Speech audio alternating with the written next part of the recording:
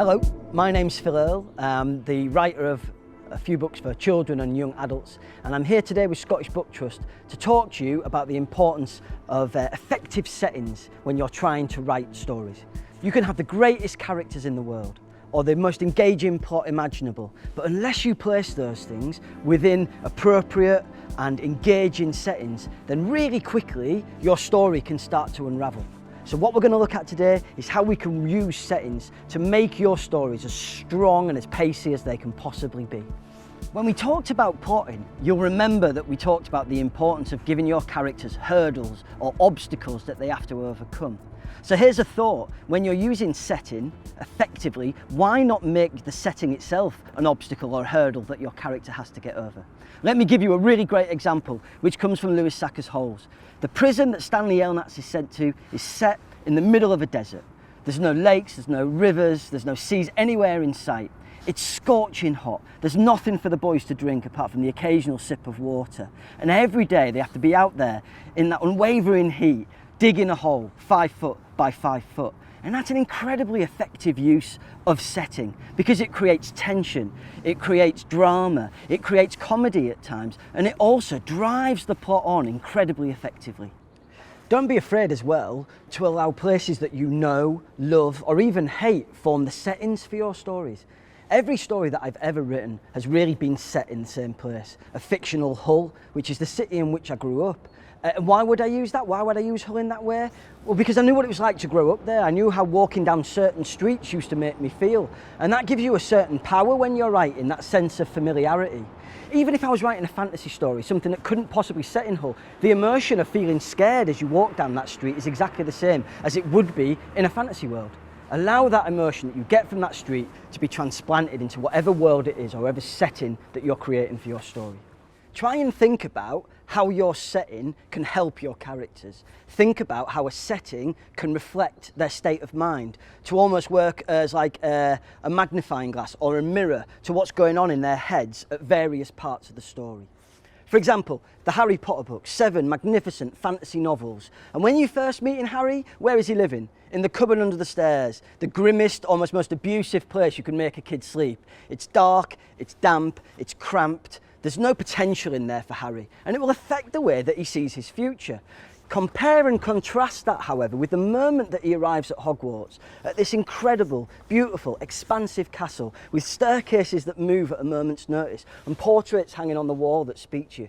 Imagine how that feels to Harry, to gone from that tiny, cramped, enclosed space to all of a sudden be in this place with endless possibilities. Imagine how that improves his state of mind. It mirrors and reflects what's going on for him. Hogwarts is also a really terrific example of how a setting can really help you tell your story and allow you to tell a bigger and bigger and bigger story. Think about it. Think about all the places that J.K. Rowling hides within the walls of Hogwarts. Think about the magical mirrors. Think about the hidden rooms. Think about the trapdoors. They're devices that allow Harry, so that once he steps through those doors or looks into those mirrors, he's going on different adventures. She's extending the world that she's creating. And as a fantasy reader, that's exactly what you want. New locations, making that world bigger and more expansive. You don't, however, have to be writing a fantasy story to make terrific use of setting. Naturalistic stories, stories set in the here and now or in the world that we know and recognise as our own, they can use setting to great dramatic effect as well. Let me give you an example. This is a tremendous book. Marcus Sedgwick is a brilliant writer for teenagers and young adults. And what I loved about Revolver is the vast majority of action in this book, which is over 200 pages long, pretty much all takes place within the same Arctic hut. It's incredibly claustrophobic, and outside this hut is just a vast expanse of white. As far as you can see, ice and snow. And what I love about it is the fact that I think if Marcus was to move suddenly the location to somewhere else, 10 miles away, 20 miles away, 30 miles away, even 1 mile away, a lot of that tension that he's built up throughout the story would be released. It's by holding the action within that one claustrophobic location that makes it such an effective use of setting. Sometimes, however, what a story actually needs is a number or variety of settings.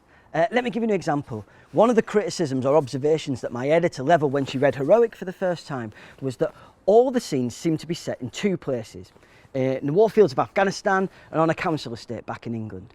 And I did that on purpose because I wanted to get across the sense that actually, although geographically these places were miles apart, actually they were very, very similar. But by having all the scenes focused in just two places, it became quite monotonous and quite narrow. So what my editor suggested was introducing a new scene where I take two characters and break them outside of the setting at home, taking them outside of the council estate to the countryside for a day. It became an important scene for a number of reasons. It became important because it really cemented the relationship between Cam and Sonny. It became really important because it's the first time that we see them outside of that council estate setting. And it's also important because it's the first time that we see that when you take them out of that council estate setting, they feel massively out of their depth. What's also interesting about that scene is that it's not overly dramatic. There are no bombs going off, there are no fists being thrown or guns being fired, yet people often cite it as a favourite scene. And the reason for that is because the setting is different, and that variety of setting allows there to be real character development. So in summary, make your settings work for you. Allow them to establish the tone, set the mood, reflect your character's state of mind. Make your settings as much a character as your hero is themselves, and make your readers care about the settings as much as they do your hero. I hope all this advice has been useful. The thing to remember is that what works for me isn't necessarily going to be the thing that works for you. The great thing about writing is that there is no rules. Find a way of working, use these points of inspirations and stick at it. With hard work, you'll be creating terrific stories. Good luck.